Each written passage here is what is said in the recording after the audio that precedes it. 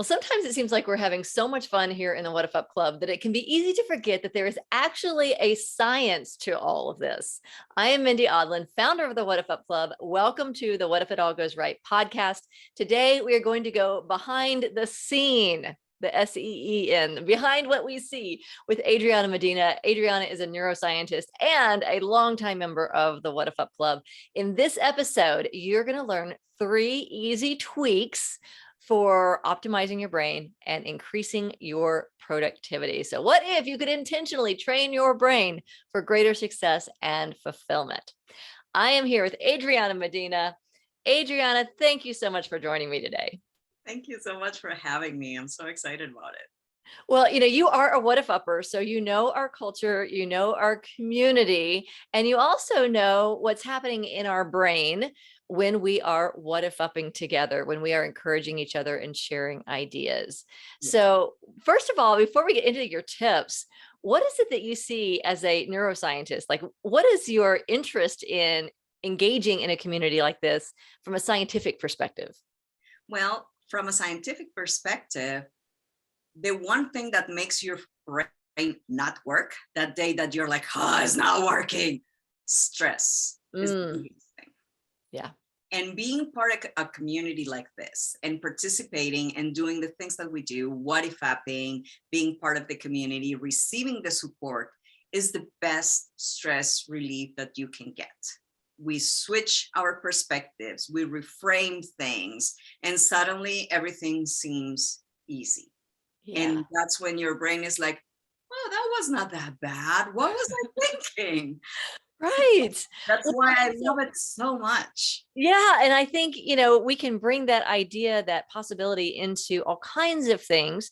Today, we're going to talk about specifically productivity and how do you optimize your brain so that you can, I've heard you say before, your brain is lazy. So it's sort of the dichotomy of lazy brain and more productive. How do they work together? So share with us, what are some of your top hacks, your brain hacks, your tweaks?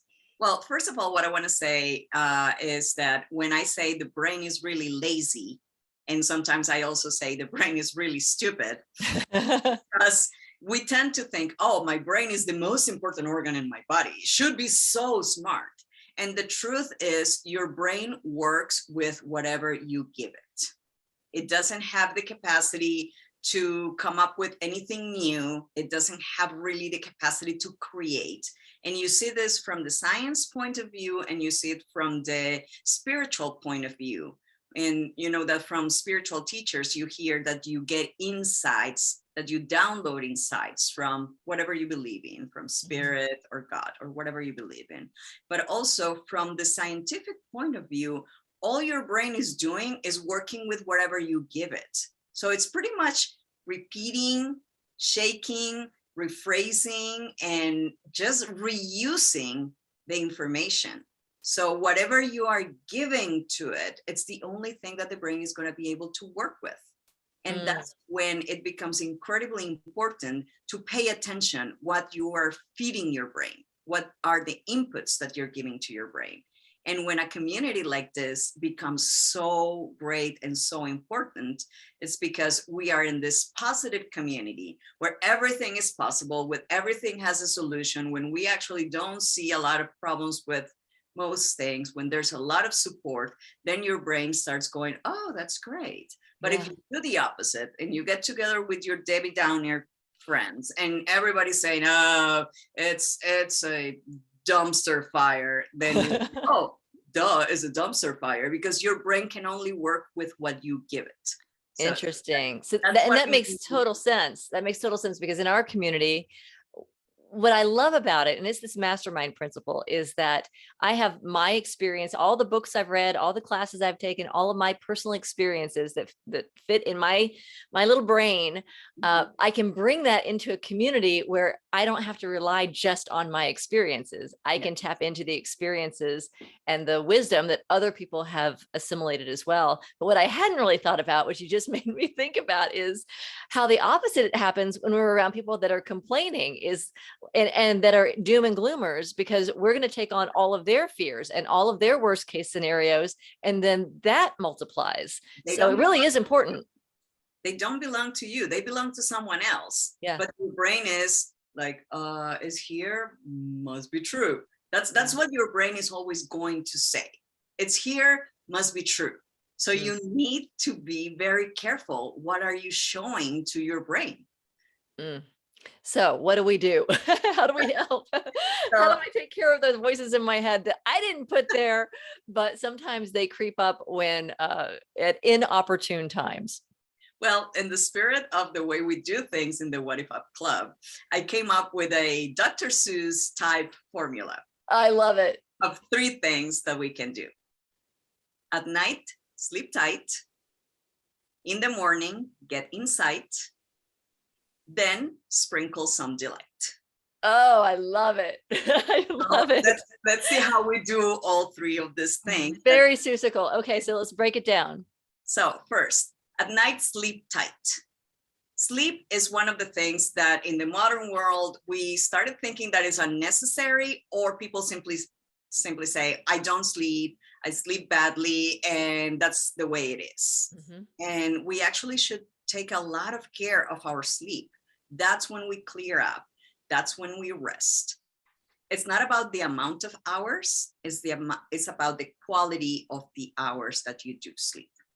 So there's a few things that you can do, and maybe your doctor has already told you you need to practice better sleep hygiene, and you did it for a little bit, but then you forgot about it. It starts with simple things like trying to have the same time to go to bed every night, which is, it definitely works better. Sometimes I fall off that wagon. My sleep time is around 10 p.m. or that's the time when I declare I'm in bed, right? Even if I've been in the bed before, which some people can't. Some people should never go to bed until you're going to sleep. I love my bed. I think my bed is the best place in the world. It's Disneyland to me. So I agree. I love being in my bed, and I don't care if I get into bed an hour or 2 before sleep time. I will fall asleep as long as I'm enjoying the time that I'm in bed. Okay. That's to sleep tight. Be very careful. What are you doing when you're in bed?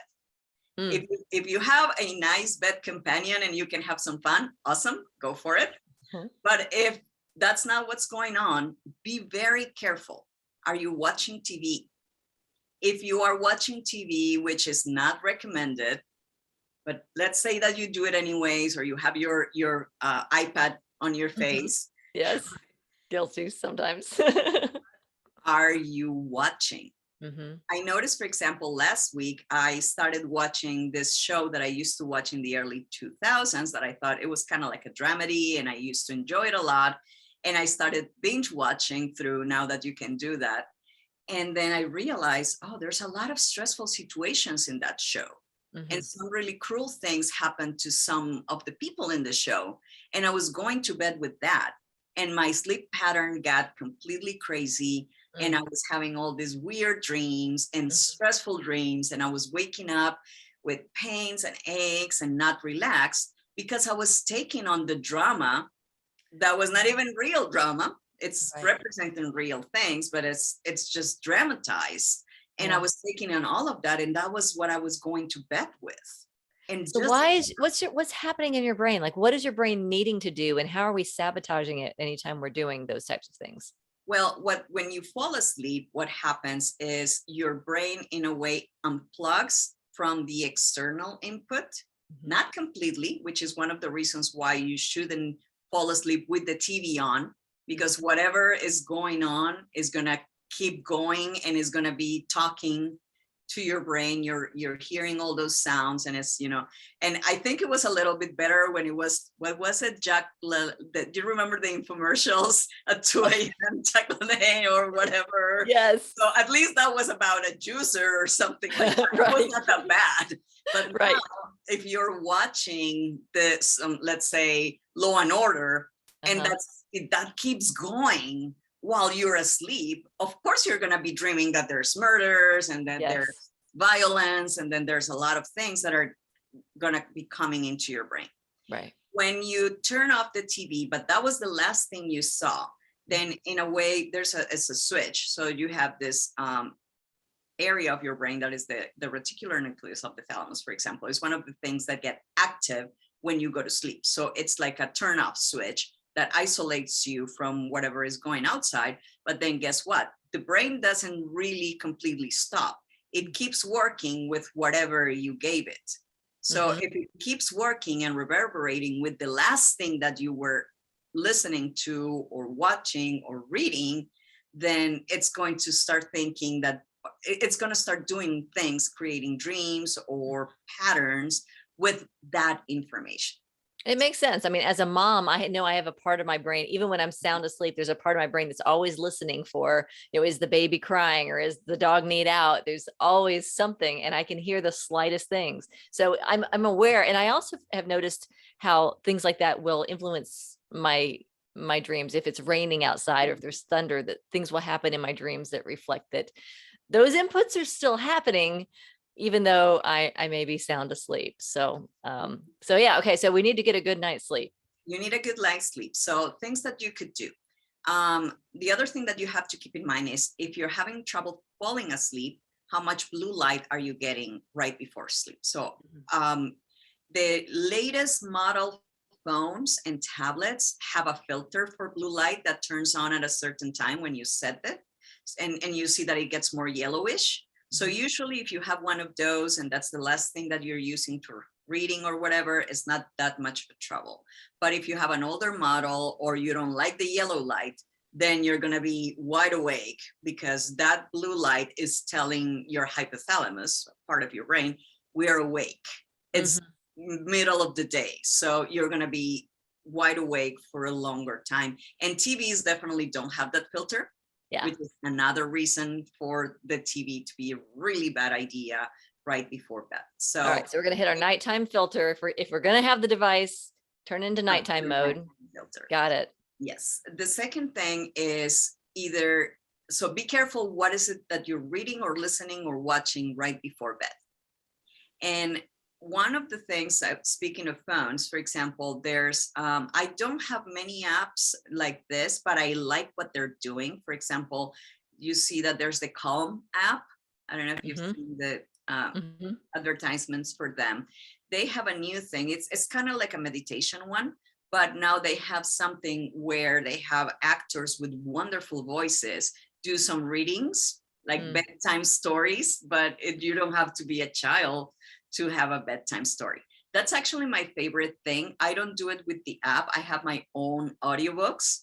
Nice. And I always listen to a chapter of an audiobook when I'm falling asleep, but it's always a romance. In my case, it's always a romance book. And I love that too. And it's one that is going to end up in a happily ever after. Yes, predictable ending. The worst thing that happened is that somebody kept a secret and didn't say it. So right. Drama about it. But nothing. And at the end, it's all good. It all works out. It's going to be rainbows and hearts at the end. That's what I fall asleep with.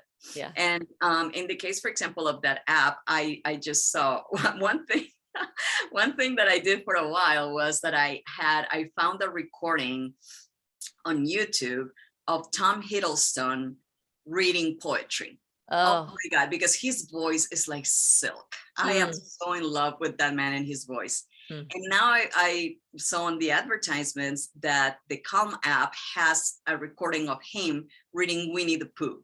Oh, nice. So you listen to it before bed. So something like that is just going to soothe you and you're going to have the best sleep. So I love that. So sometimes we listen to meditations. We go onto YouTube and play like some Abraham Hicks or some whatever guru is on at the moment. I also have found that I turn my notifications off at 8 o'clock. My phone goes to sleep. Yes. So I'm not getting anything that I'm not choosing. Don't do social media. Don't do social media and don't get notified with the mail or the weather or any of that kind of stuff. Oh my God, the news. Don't do news. Don't do news notifications. You don't want to know. You and we grew up in an era where there was no 24/7 news. It was like one news program, like 7 p.m. You turn it off. That was it. You know, and that's all you need. It was 30 minutes and it was done. 30 minutes that was it. And you were always informed. So you don't need to be, keeping track of what's happening. Trust me, if an asteroid hits the earth, you will find out. You don't need Yeah, to read about right. it before you Need go to to know, need to know basis. bed. Need to know basis. And before bed, you have to be at your calmest and Yes. just be in. If you're going to do something, do this something that soothes you. And Yes. that's my recommendation for that. I love it. So we can sleep tight. We So what can- was the, so first part was sleep tight. Second one is in the morning, get insight. In the morning, get You insight. do Love it. first thing in the morning.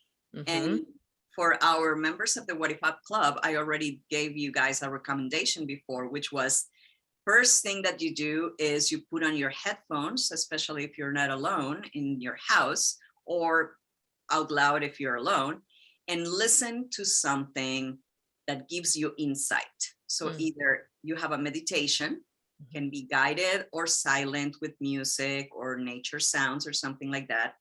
It can be an Abraham Hicks talk, for example, if you're into those. For a while, that's what I was doing first thing in the morning. Before anything, that was the first thing I was listening to.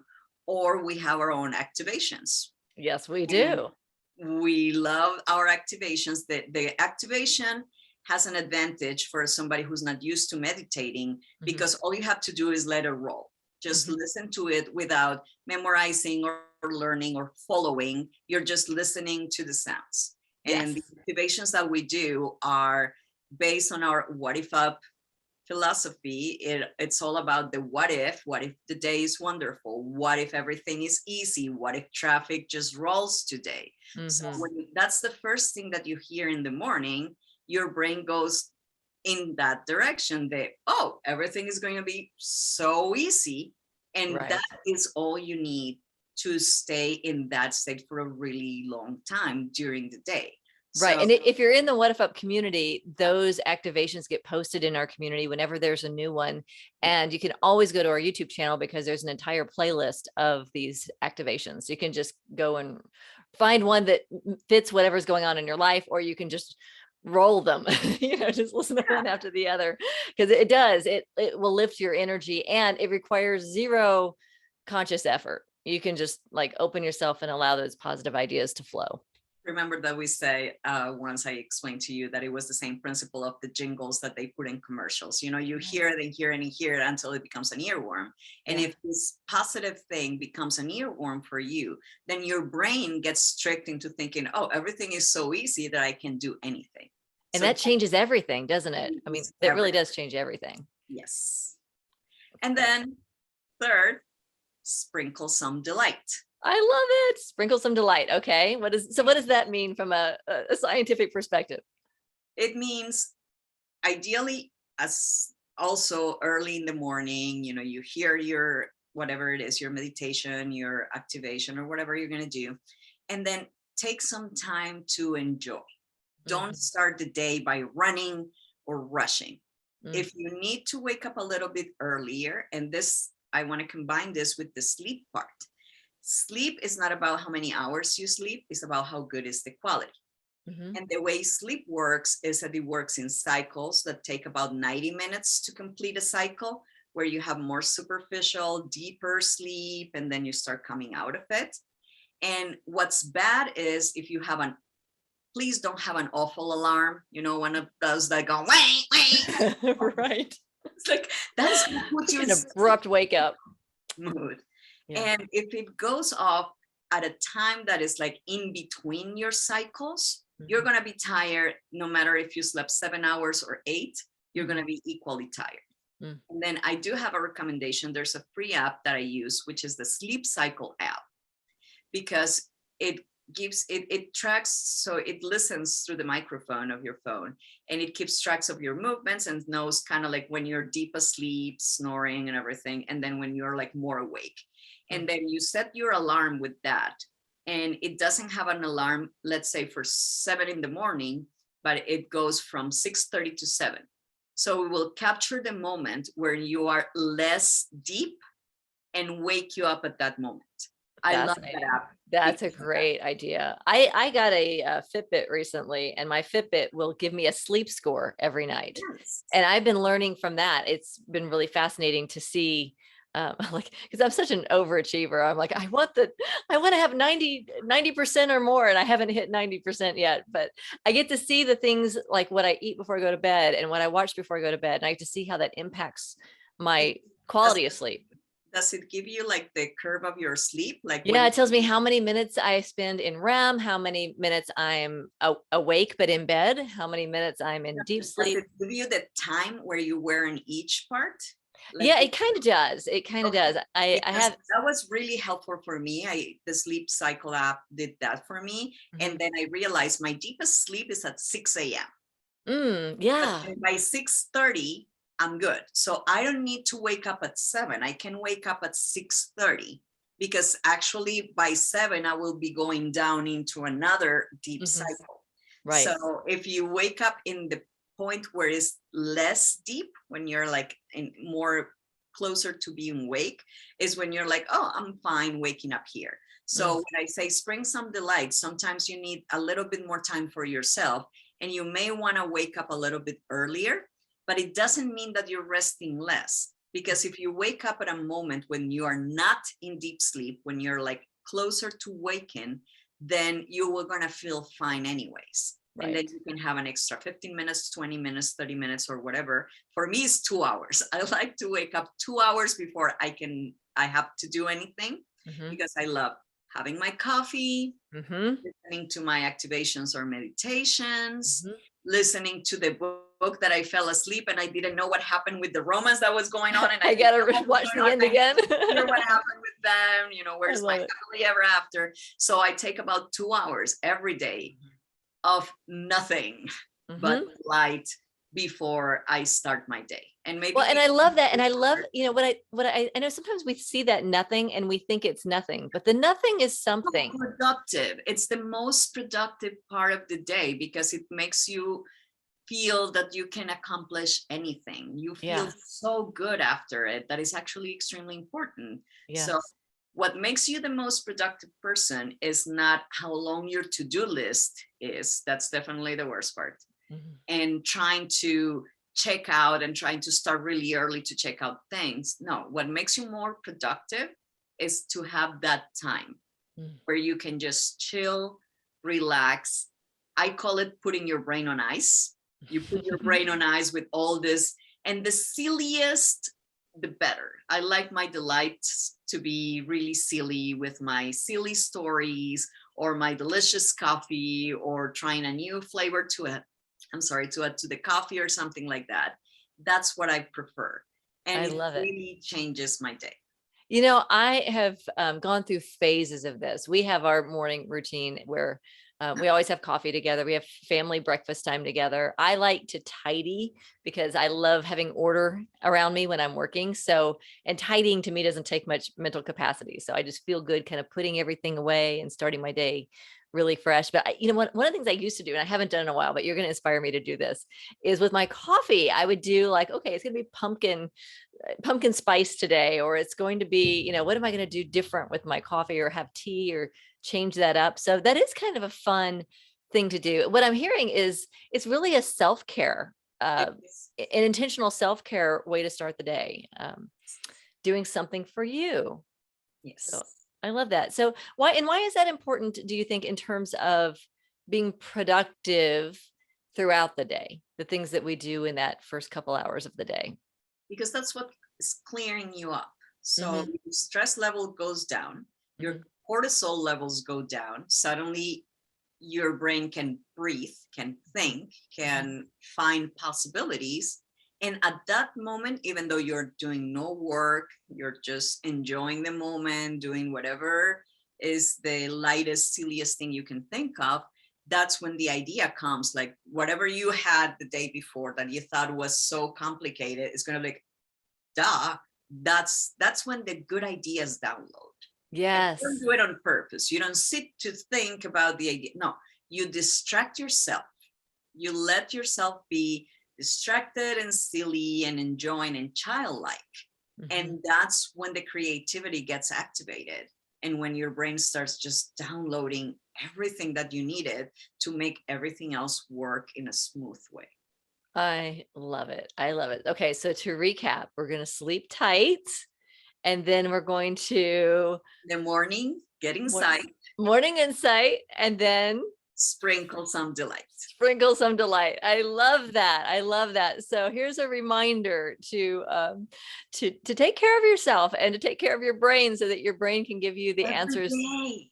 Yeah, every day Hey, as a discipline. not Sunday care, not the weekend, Yes. I'll catch up with it. No, this is every day. Love yourself every day. And you're going to be so much more productive if you love yourself every day. Yes. And so part of that can be coming into our What If Up Club. Part of that can be coming into our community and just seeing what are people posting in there. How can I create? What a great way to start the day by creating possibilities for other people, sharing your what ifs, getting your brain revved up into possibility. And of course, Adriana, you have our activation meditations. Yes. So those are available as well. If you're not in the What If Up Club, what are you waiting for? Go to whatifup.org and join us. It's free and it's fabulous. And you get to connect with extraordinary people like Adriana here. Adriana, thank you so much for being part of the What If It All Goes Right podcast today. Oh, thank you so much.